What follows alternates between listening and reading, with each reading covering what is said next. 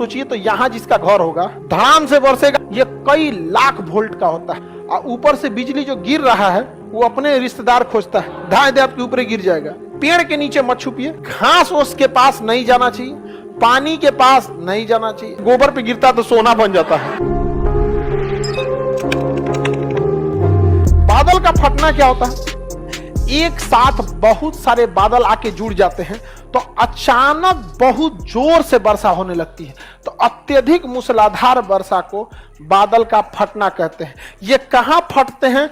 तो ये बदलवे के बाद देखिए, देखिए यहां सारा बादल आ रहा है और यहां टकराया धड़ाम से यहां पर। तो यहां तो नॉर्मल बारिश, जरा सोचिए तो यहां जिसका घर होगा धड़ाम से बरसेगा, यहां खूब जोर से वर्षा होगी यहाँ पे। तो उत्तराखंड में बादल फटते हैं, पटना में बादल फटेगा। यहाँ कौन पहाड़ है? बिगना पहाड़ी।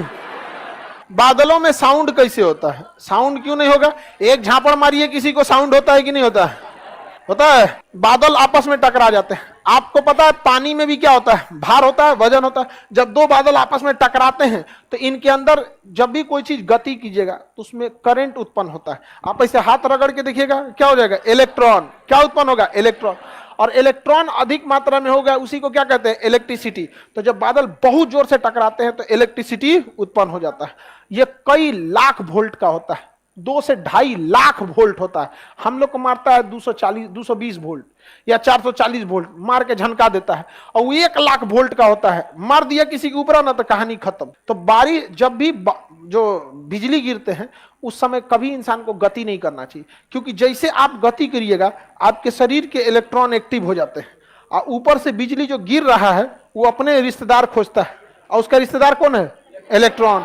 धाए दे आपके ऊपर गिर जाएगा, फिर बचने की कोई संभावना नहीं है, कोई नहीं। इसलिए जब भी बारिश वगैरह हो, बिजली वगैरह, सेफ जगह छुप जाइए, पेड़ के नीचे मत छुपिए, क्योंकि पेड़ अपने गति करते रहता है और उस पे इलेक्ट्रॉन बहुत ज्यादा, हर पत्तिये पे इलेक्ट्रॉन रहते हैं। इसलिए अक्सर बिजली किस पे गिरता है? पेड़ पे गिरता है।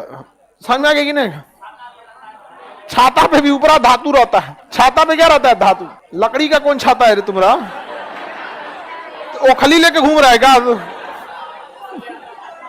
तो बिजली गिरते समय आपको झुक जाना चाहिए, नीचे की ओर क्या होना है? झुक जाना। घास उसके पास नहीं जाना चाहिए, पानी के पास नहीं जाना चाहिए। सूखा जमीन हो वहां चल जाइए, वरना पानी बिजली को खींच लेता है, घास पेड़ पौधा खींच लेते हैं।